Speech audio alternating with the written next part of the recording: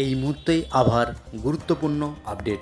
কাটেনি নিম্নচাপের জের আরও শক্তি বাড়ালো বঙ্গোপসাগরে নিম্নচাপ, আর কিছুক্ষণের মধ্যেই কালো করে ধেয়ে আসবে ব্যাপক দুর্যোগ।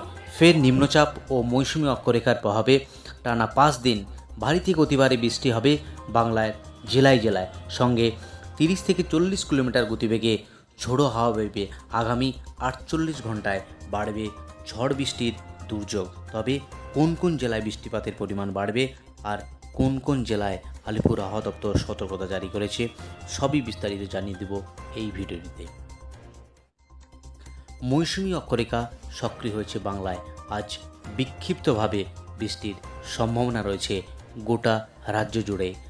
আবহাওয়া দপ্তর জানাচ্ছে শনিবার বজ্র বিদ্যুৎ সহ হালকা বৃষ্টির পূর্বাভাস রয়েছে দক্ষিণবঙ্গে। সন্ধ্যার দিকে হতে পারে বৃষ্টি, তবে আগামীকাল রবিবার থেকে টানা চলবে বৃষ্টি।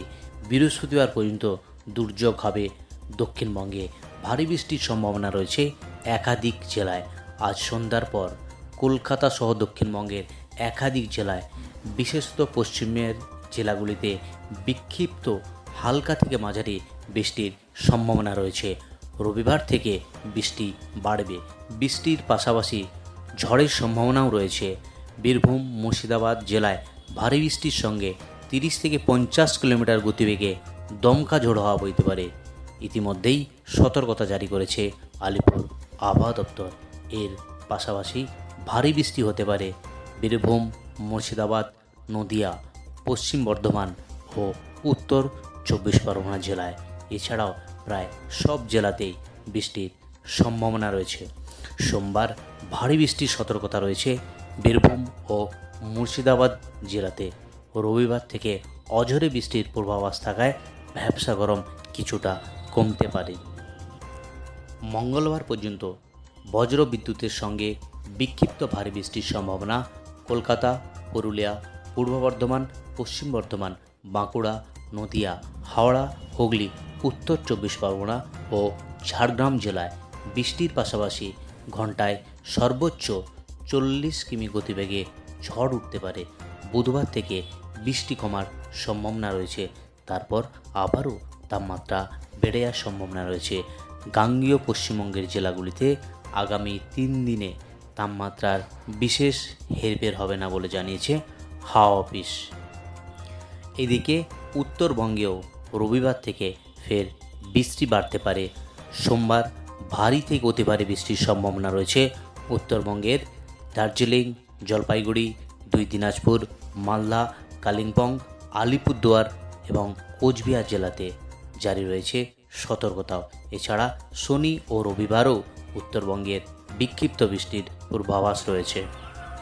বিশেষ করে যে 5টি পার্বত্য জেলা দার্জিলিং, জলপাইগুড়ি, কালিম্পং, আলিপুরদুয়ার এবং কোচবিহার, সেখানে কমলা সতর্কতা জারি করেছে আলিপুর আবহাওয়া দপ্তর।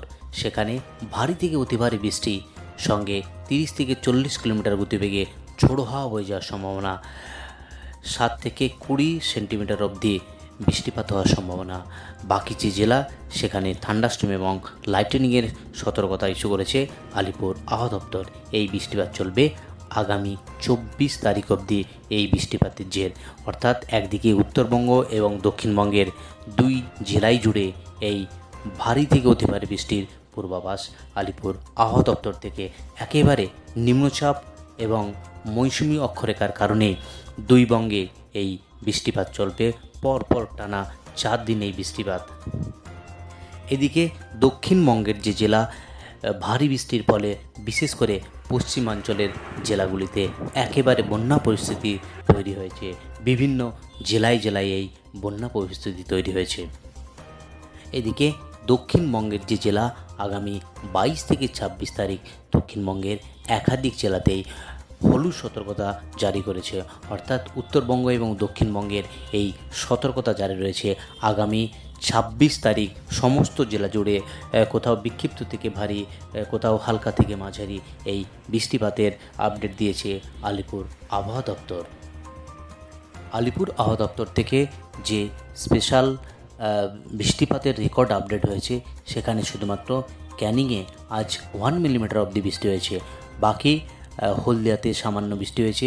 বাকি দক্ষিণবঙ্গের কোনো জেলাতেই বৃষ্টিপাতের আপডেট বৃষ্টিপাত হয়নি। এদিকে উত্তরবঙ্গের যে জেলা শুধুমাত্র বালুরঘাট এবং কালিম্পং জেলাতে 1 মিলিমিটার অবধি বৃষ্টি হয়েছে।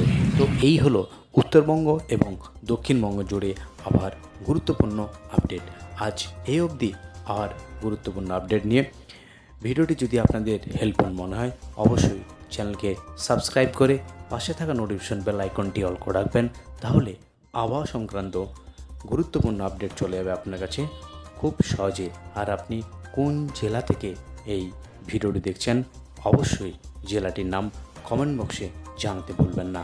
তাহলে আপনার জেলার আবহাওয়া সংক্রান্ত আপডেট খুব সহজে চলে যাবে আপনার কাছে। আজ এই অবধি আবহাওয়া সংক্রান্ত আপডেট নিয়ে ফিরে আসছি পরের ভিডিওতে। ভালো থাকুন, সুস্থ থাকুন। ধন্যবাদ সবাইকে। জয় হিন্দ, বন্দে মাতরম।